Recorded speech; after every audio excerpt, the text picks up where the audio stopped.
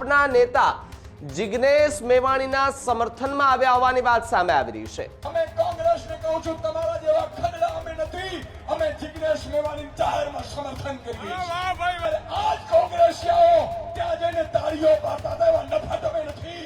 આ કોંગ્રેસીઓને કહેવા માંગુ છું કે અમે જિગ્નેશ મેવાણીની સાથે એના મુદ્દાઓની સાથે ઈશુદાન ગઢવી નાખી આમ આદમી પાર્ટીનું સમર્થન છે।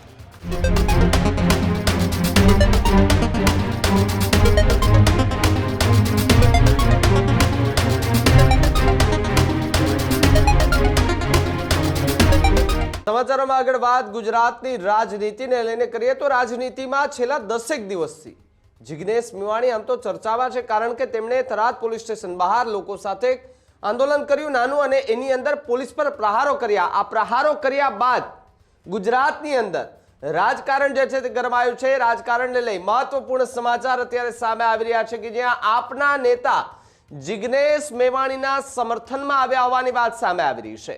આપના નેતા અને પ્રદેશ પ્રમુખ ઈશુદાન ગઢવીનું સૌથી મોટું નિવેદન એ અત્યારે સામે આવી રહ્યું છે।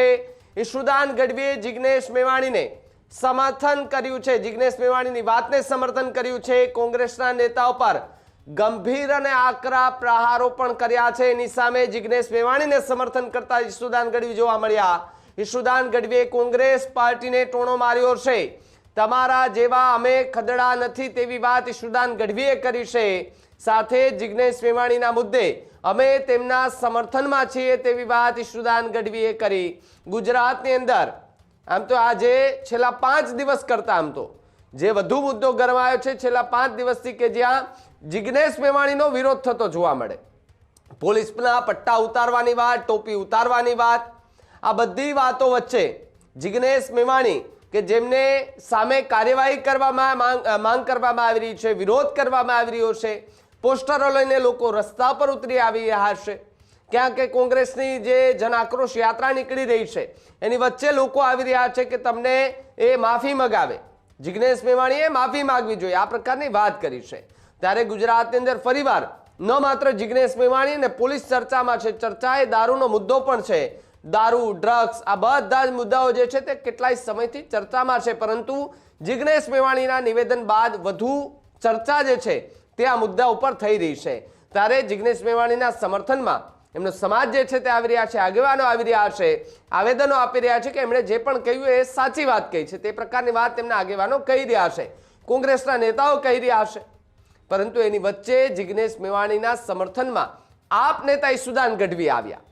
ઈશુદાન ગઢવીએ ટોણો માર્યો અને કહ્યું કે આમ આદમી પાર્ટી કે જે બોટાદની અંદર હળદરની અંદર જે કાંડ આખું થયું તેની અંદર જે બાદમાં કોંગ્રેસે સભા કરી, એ સભામાં કોંગ્રેસના કેટલાક નેતાઓએ આમ આદમી પાર્ટી પર ગંભીર પ્રહારો કર્યા।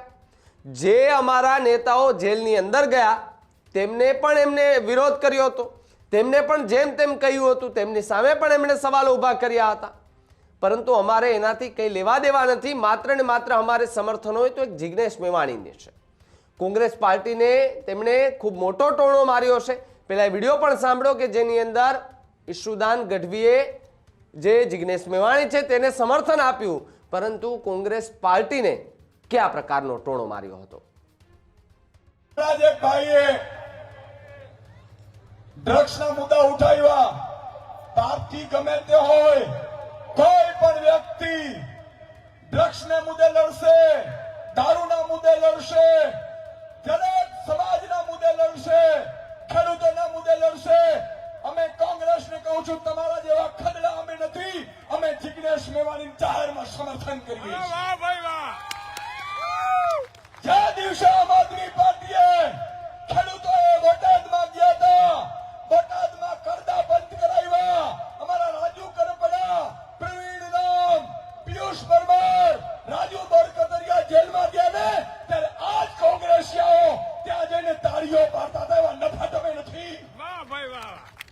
આ કોંગ્રેસીઓને કહેવા માંગુ છું કે અમે જિગ્નેશ મેવાણીની સાથે એના મુદ્દાઓની સાથે ઈશુદાન ગઢવી નાખી આમ આદમી પાર્ટીનું સમર્થન છે। અમે રાજનીતિ શુદ્ધ કરવા નીકળ્યા છીએ। ભાજપના ઈશારે ચાલની રાજનીતિ નથી જોતી, અમને મોત પસંદ છે। પણ અમારા પ્રજાના સોદા ક્યારેય પસંદ નથી સાહેબ. આવી રીતે હોય. તમને યાદ છે કે નથી ભાઈ? હળદળમાં કોંગ્રેસે સભા કરી, આમ આદમી પાર્ટી ઉપર આક્ષેપો કર્યા. જે લોકો જેલમાં ગયા છે મિત્રો, જેલમાં દિવાળી કરી છે આ નફત નેતાઓ કોંગ્રેસના, જે ભાજપના ઈશારે ચાલે છે, એ લોકોએ આમ આદમી પાર્ટી ખેડૂતો ઉપર આરોપ મૂક્યા. જે ખેડૂતો સાહેબ જેલમાં